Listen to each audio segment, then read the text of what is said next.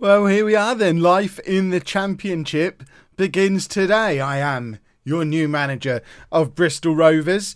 I've had a little look at Google Maps as normal, and as you can see, I don't even need to move house. Bristol is less than 30 miles away from where I'm living at the moment in Nailsworth, in my little nature reserve over there.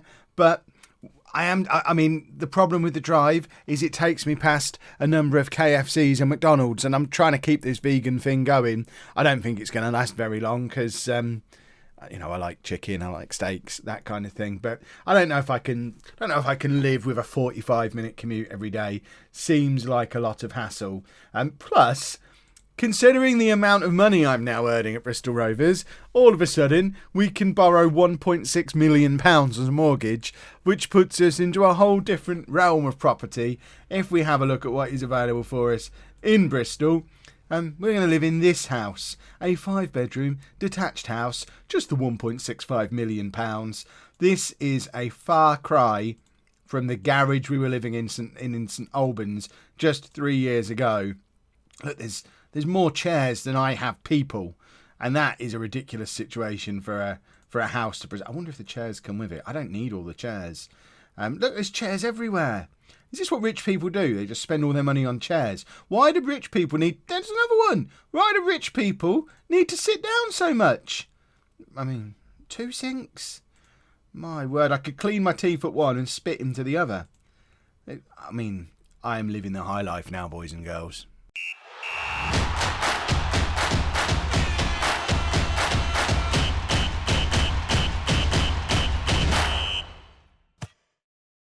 Hello and welcome to Club 3, Part 1 of Non-League to Legend. I'm Kev, and coming up on today's episode, we are going to meet the team at Bristol Rovers, and we're going to pretend we can't see the bottom right-hand corner of the screen, where I realise why Mick McCarthy jumped ship to Derby, who are actually lower in the division than Bristol Rovers are. Oh, God. Oh, my word. So we're £1 million in debt. I've just bought a house for more than that. You should have asked. I'd have become an investor. But we're also way over our wage budget. I know the transfer window starts in 2 weeks' time. I have a feeling the transfer window is going to be brutal and largely out of my hands, because I think if we get any offers for any of our better players, the board are going to step in and take them. And if they do go, we're not going to be able to replace them. I feel like I may have been brought in as a bit of a scapegoat for the fire sale that's about to happen. Bring in that loser from down... What? There's a guy pretending to be a vegan up the road at Forest Green. Give him £6,500 a week. He won't even question any of the other details. Just bring him in. Have him be the one who sells off all our best players and gets us relegated. And then we can sack him at the end of the season and he can go back to non-league where he belongs. Hope he doesn't buy a house. Oh, what have I done? What have I done? Let's have a little look at the squad. The squad obviously has got a little bit about it. The fact that it's had such a good couple of seasons. Let's auto-sign. Why does my thing never work properly? Hold on. I want to see potential ability as well. There we go. So this is the squad. If we sort it by current ability, we can pick out who our star players are. So Tom Lockyer is a 27-year-old Welsh international centre-back, valued at £2.8 million. Luckily not wanted by anybody yet, so hopefully we get to keep hold of him. Been at Bristol Rovers all of his career, so that's a pretty decent player to have come through the youth team. It makes this charge up the leagues that they've had that bit easier. Cian Harris is a 24-year-old Welsh centre-back.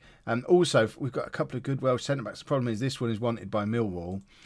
He has been with Bristol Rovers for a couple of years, previously at Coventry and Oldham. I imagine he's going to be someone who gets sold. And then we've got lots of players who are in on loan. That's a lot of players who are in on loan. How many players are you allowed? We've got 1, 2, 3, 4, 5, 6, 7 players in on loan. Well, we can't play all them in one go. So I imagine these are all on loan until Christmas as well. So he's on loan. Oh, no, he's here until the end of the season. He's also our top scorer, 8 goals from 22 appearances. So he's someone to keep an eye on. Stephen Payne, 30-year-old striker. So we've got decent defenders, decent strikers. And then some other stuff as well. Let's have a look at the team report, get a better view of what's good and what's not. So we've impressed going forward with a 4-1-4-1 wide. I mean, that's pretty much what we were using at Forest Green. So that might be an option. We've got some decent youth prospects. Our goalkeepers are far from eccentric. Good. Shooting accuracy is good. We're good at home. We create chances playing 4-4-2 as well. Stephen Bender is the best of 3 players able to play in goal. So Stephen Bender is a 3-star German goalkeeper who's been here he's been on loan from Swansea for the last couple of years. So I guess he's a loan player who has to play. He's also here until the end of the season, where he's actually out of contract with Swansea. So we need to monitor that situation. Connor Randall is our best right back. He's on loan from Sunderland. Why are all our players here on loan? So he is, how long is he on loan for? Until summer. Good. When he's out of contract with Sunderland. What league is Sunderland in now? The Championship. Why are they loaning us a good right back? I don't understand. But he's our best right back. Tom Lockyer we've already looked at, who's the centre back who's been here all his life. Liam Sercombe is very good in central midfield. So he's 31. He's actually one of our players as well. 3.5-star ability. He's been here forever, previously of Exeter and Oxford, but he's a proper Bristol Rovers lad. Kieran Langton we've already looked at as well. So where is this squad weak? We can't pass, we can't cross, we can't head. Okay, I can work with that. We're not very good at 4-4-2 or 4-2-3-1. We don't have any depth outside of the first team. And to be fair, most of our first team is loan players. We've got no transfer budget or wage budget. We don't have any depth at left back. This has got to be one of those jobs where, I mean, we're never going to get Bristol Rovers promoted to the Premier League. This is a job where we've got to find a way to sort out the financial situation, because that obviously needs sorting out. We need to stop relying so much on loans, and we really need to just establish this team as a Championship mid-table side. If we can spend the next year, 18 months or so as a comfortable mid-table Championship team, at that point one of the bigger teams comes knocking, surely. The problem is, presumably, we're one of the favourites for relegation, and we've been massively overperforming. So season preview. God. Let me get out of the way so you can see. Okay, the chair's still in the way.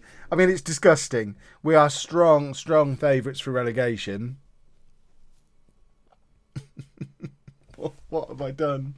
Oh, I was guaranteed a title at Forest Green, but they've paid me. I'm living in a mansion. That's all that really matters. Right, I'm going to attend some meetings, figure out a tactic, and then I think we're just going to play our first game. We're away against Stoke next week, so we've got time to figure out what we're going to do. Let's figure out what we're going to do and see how much of a mess we're actually in. Well, after much fiddling and pondering, this is what I've come up with for our first game away against Stoke. It's the only way I could really get our best players in our best positions. We had to do a 2-striker system, because if we have a look at what we've got in the way of strikers, most of our best players are either centre-backs or centre-forwards. How could we only do a 1-striker system when we've got all 3 of those players at the club? And looking at the schedule, the most recent game that we played before I took over, we actually played a standard 4-3-3. But that didn't make sense to me either, because we've also got some very good wingers. If we go back to the squad page, look at our attacking midfielders who can play on the wings, and we've got some really good wide midfield players. The problem is they can't play on the right hand side of a standard midfield. So a standard 4-4-2 didn't really work. I fiddled, and eventually this is the only thing that makes sense with the players that we've got. Now, whether it works as a counter-attacking tactic for a team that are favourites to get relegated is another matter, and we might have to sacrifice some of our better attacking players to get more defensively minded players in. We only really have 2 decent central midfield players, so playing a midfield 3 isn't really an option. We could potentially do a back 3, but then we don't really have wing backs. Well, I don't know, I guess, can Folds play a little bit further forward? He's an accomplished wing back. What about on the other side? Who's the other guy? Randall. He can also play. So we could potentially do like a 3-5-2, but then that sacrifices the wingers again. If we do a 3-4-3, we've then only got one of the strikers playing. This is the only way to get as many of our good players in the team at the same time as possible. I'm just a bit afraid it's not going to work. Let's bite the bullet and have a look to see what it looks like in a match situation against a team that presumably are quite good. Stoke, obviously, former Premier League opposition, still got some very good players in their team. My word, I mean, this is going to be messy, isn't it? Yeah, let's get some revenge for what happened last time.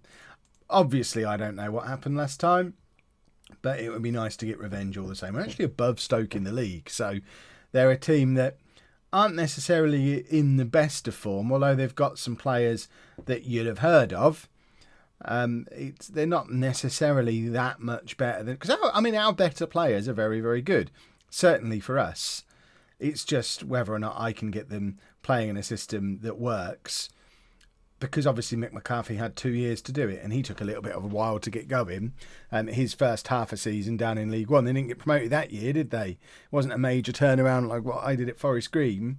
So it took him a little while to get him playing his way. I've now been left in a situation where, we have got points on the board. That's the important thing. Even if we do have a slow start, we only really need to win 5 or 6 games for the rest of the season to stay in the division, and the only goal we've got is stay in the division, and then we can have a rebuild over the summer, fix the finances, bring in some players to play the way we want to play, in the meantime training the ones we've got to play in my style, and then we'd hopefully have a better chance of a mid-table finish next year, maybe. Of course, we might beat Stoke 4-0, in which case we're going to get promoted, yay us! And we're 1-0 down. And, he was in my Bayern Munich team when I did my Bayern Munich series earlier on in FM19. That's what we're up against here. We've come from Forest Green, where, admittedly, Jordan Rhodes was a superstar signing for us, but he's not a Champions League player, is he? Whereas Sandro Ragnar has scored goals in the Bundesliga. He had the season before he joined Bayern, didn't he score lots of goals in the Bundesliga? Oh, my word. And, he's good in the air, is he? We've got to try and contain him. Apparently, the former Bayern Munich player is quite good. That was my assistant manager's advice. Thanks, Marcus Stewart. You've been a big help. Right, let's see if our attackers are any good. Here's Bennett, and shoots from range, and that's stung the gloves of the Stoke keeper, and we get a corner. Now, we don't have a 6'7" Czech monster like we had at Forest Green, although, whoever that guy is, that was a fairly useful header there. Let's see if we can... I don't know if we're going to be any good with corners in this team. Right in swinger. I don't think set pieces are going to be quite as helpful to us as they were with Forest Green. We don't have that big outstanding player who's going to get in there. That was poor from our left back there. Our defending here is shocking. The left back didn't track his man. Then we had 3 players hovering around one whilst leaving someone else unmarked. And now that's a terrible pass back towards our keeper. I don't think they're used to playing this way. I'm going to throw that out there. I don't think they're used to being a direct counter-attacking team. We might have to have a little bit of a rethink. It's all we've really done in non-league legends so far is direct counter-attacking. Maybe we need a rethink. Oh dear. Imagine being a Bristol Rovers fan. I guess you would kind of expect to lose this one.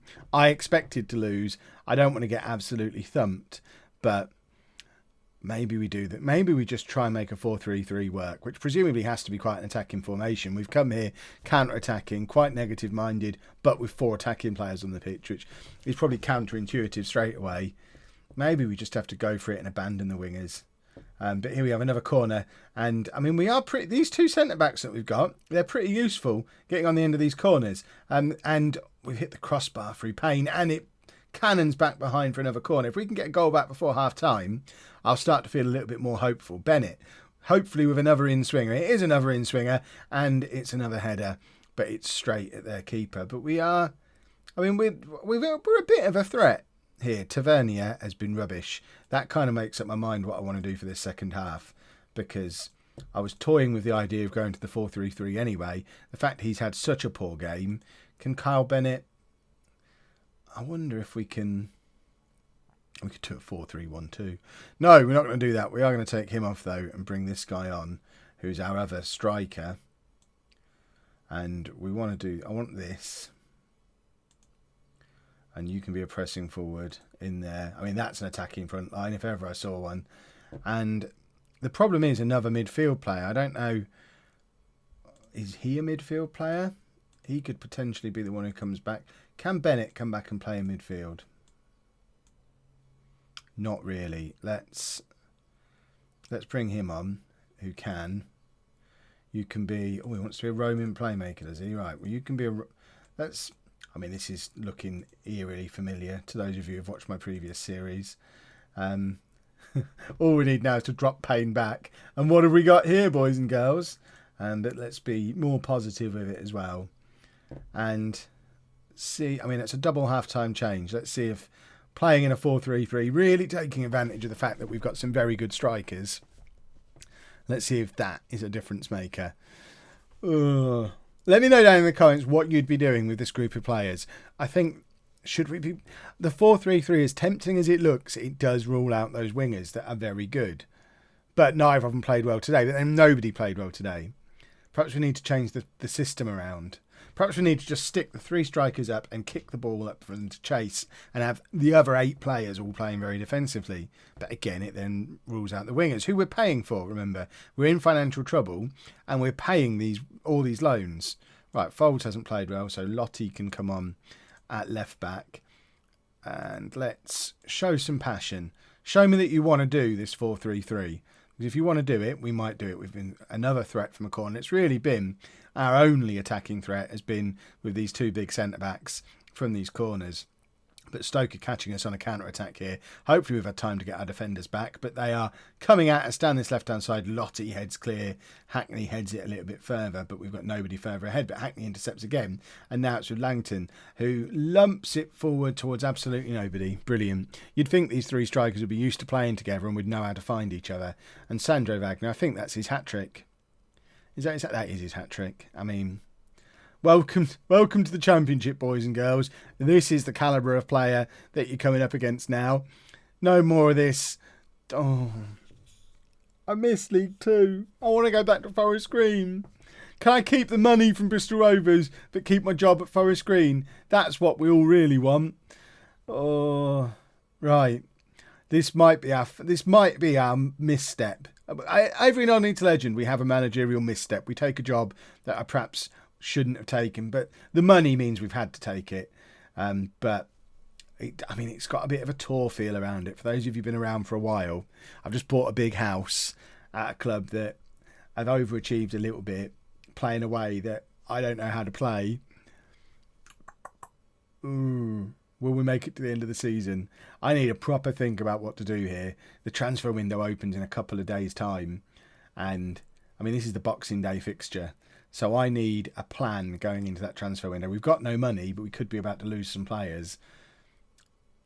There's an argument that we sell a couple of strikers, do a 4-5-1 like we've been doing at Forest Green, use the wingers that we've got, use the money to bring in a proper defensive midfield player, and sacrifice 2 of these 3 good strikers and keep one of them, keep a couple of youngsters as backups, but use the money from players that we're not really going to use to rebuild the rest of the squad.